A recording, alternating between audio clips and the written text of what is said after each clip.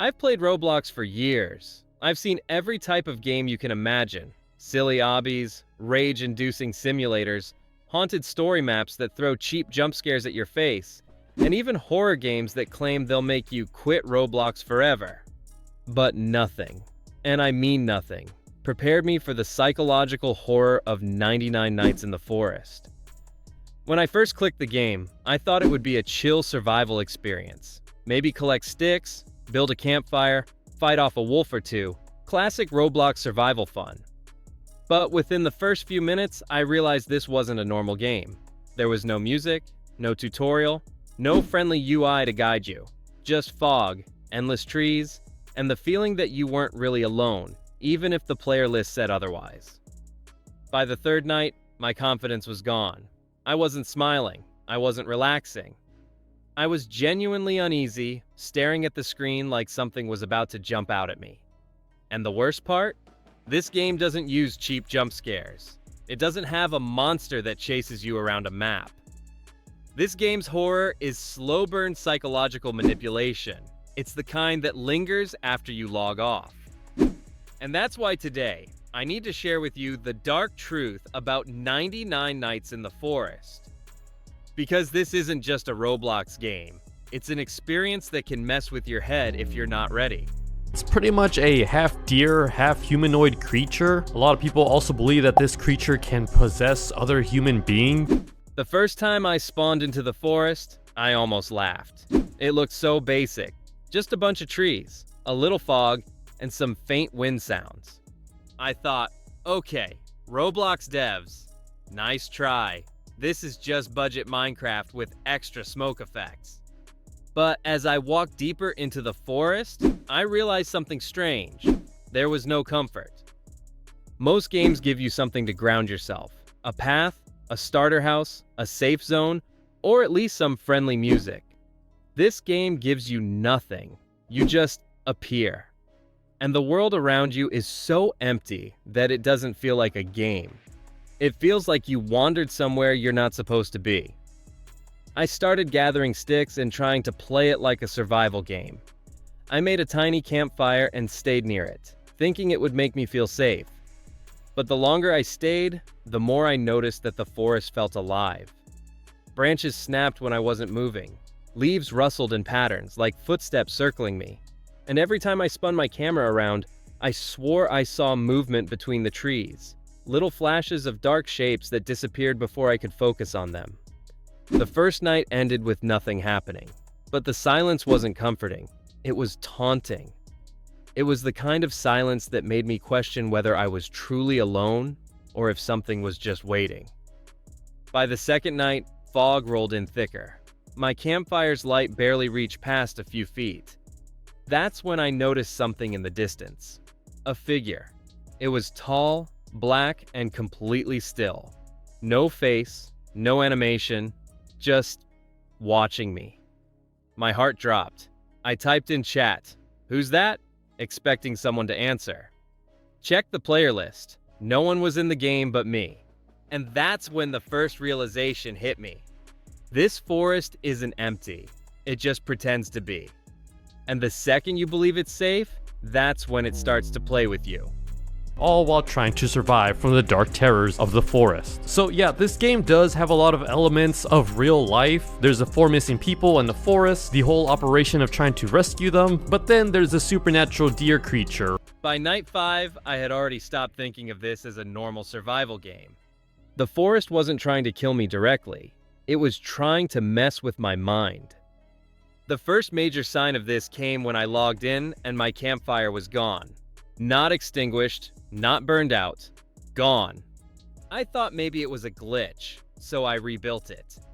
The next night, it disappeared again, along with all the sticks I had collected. Then, the messages started. In the in-game chat, without me typing anything, I saw, "Don't look behind you." I froze. My room was dark, my headphones were on, and my stomach dropped. I laughed nervously and typed, "Nice try, devs," thinking maybe it was scripted. 10 minutes later, another message popped up. "You shouldn't be here." I checked the player list again. Still just me. From that point forward, the game started gaslighting me. I would walk in a straight line and somehow end up back at the same dead tree. I'd hear footsteps behind me, but when I turned, there was nothing. Even the fog started to feel like it was closing in. On night 12, I saw the silhouette again. This time, it was closer. I stared at it for a full minute, and it didn't move. But when I blinked, literally blinked in real life, it was gone. That's when I realized the devs weren't making a fun game. They were running a psychological experiment.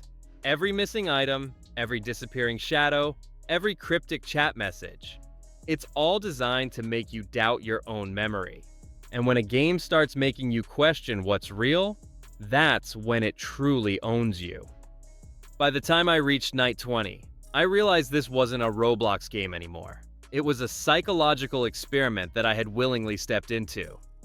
I wasn't thinking about leveling up or unlocking badges. I was thinking about my sanity. The forest wasn't dangerous because of monsters or traps. It was dangerous because it made me paranoid. Every step I took felt like I was being watched. Every gust of wind felt like someone whispering in my ear. Even the sound of my own footsteps started to mess with me because sometimes it didn't feel like they were mine. I remember one night specifically, probably night 23, where I spent a full hour just walking in one direction. My plan was simple: find the edge of the map. Every survival game has an edge. I figured if I just kept moving straight, eventually I'd hit a wall or a barrier and know my limits. But I never reached it. Instead, I ended up right back at my own campfire. I just stood there, staring at the screen, because I knew I had been walking away from this spot for almost an hour. And then I realized something truly terrifying. The forest isn't a map you can learn. It's a maze that rearranges itself around you. The devs weren't just trying to scare players, they were trying to trap us in our own minds. The longer you play, the more the forest starts to feel infinite. The more you start to lose your sense of direction.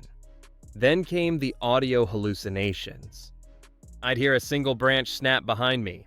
I'd freeze, turn around, nothing there. I'd keep walking. Then I'd hear breathing, but not mine. It was faint, raspy, like someone exhaling slowly just inches behind my shoulder. I spun around, heart pounding, and saw nothing but fog. That's when I understood the true trap. This game wasn't about surviving 99 nights. It was about seeing how many nights it takes before your own paranoia makes you quit. Every player has their breaking point. For me, it came around night 32. I had been playing for hours in complete darkness, with my headphones on, fully immersed. I hadn't spoken out loud, hadn't even checked my phone. It was just me and that forest. That night started normally. Well, as normal as this game gets. I rebuilt my campfire, gathered some sticks, and tried to convince myself that this was just another session. But the forest felt different. The fog was heavier, almost choking. My firelight didn't reach as far as before. Even the trees seemed closer together, like they were closing in on me.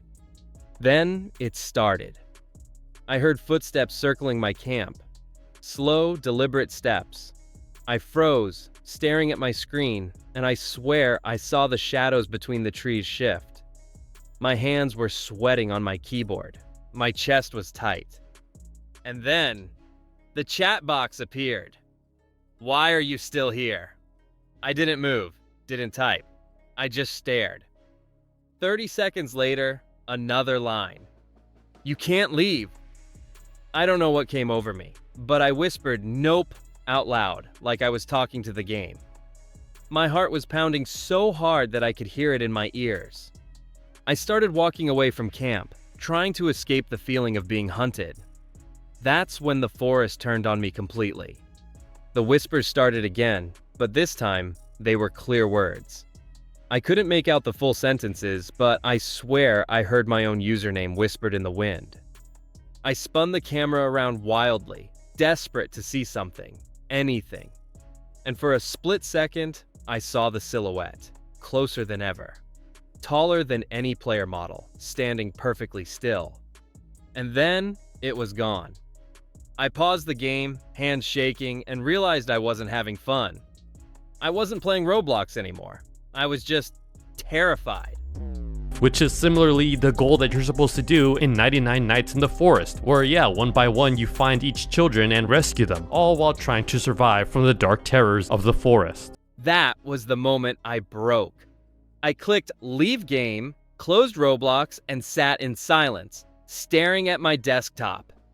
And I swear, for the next few minutes, I still felt like someone was standing behind me. After finally stepping away, I started to reflect on what I had just experienced. And that's when the dark truth hit me. This game isn't about survival. It's not even about horror in the traditional sense. 99 Nights in the Forest is a psychological trap. Most Roblox horror games throw monsters at you, play a loud noise, and call it a scare. You scream, you laugh, you move on. But this game, it lingers. It makes you paranoid. It makes you question your own memory. It makes you imagine things that aren't even there. The developers clearly understand psychological horror on a level that most Roblox games never even attempt.